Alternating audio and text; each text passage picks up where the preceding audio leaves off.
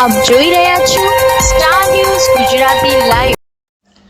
સ્વસ્થ ભારત એક ભારત આંતરરાષ્ટ્રીય યોગ દિવસ દાહોદ જિલ્લામાં 12મા આંતરરાષ્ટ્રીય યોગ દિવસની ઐતિહાસિક છાપ તળાવ દાહોદ ખાતે રાજ્યના મંત્રી શ્રી રમેશભાઈ કટારાના અધ્યક્ષ સ્થાને જિલ્લા કક્ષાની ઉજવણી કરવામાં આવી હતી.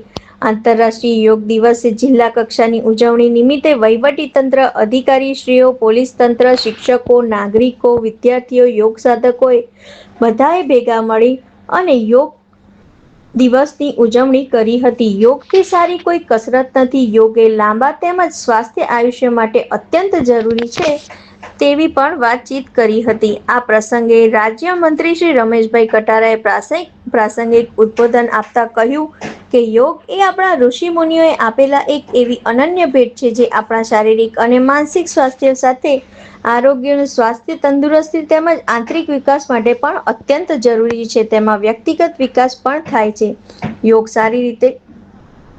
યોગથી સારી કોઈ કસરત નથી. આ સાથે ઉપસ્થિત સૌ લોકોએ યોગાભ્યાસ કર્યો. આ દરમિયાન ભારત ભ્રમણ કરનાર જૈન આચાર્ય શ્રી એ ખાસ ઉપસ્થિત રહી તેમણે આ પ્રસંગે યોગની મહત્વતા દર્શાવતું એક પ્રેરક પ્રવચન કર્યું હતું.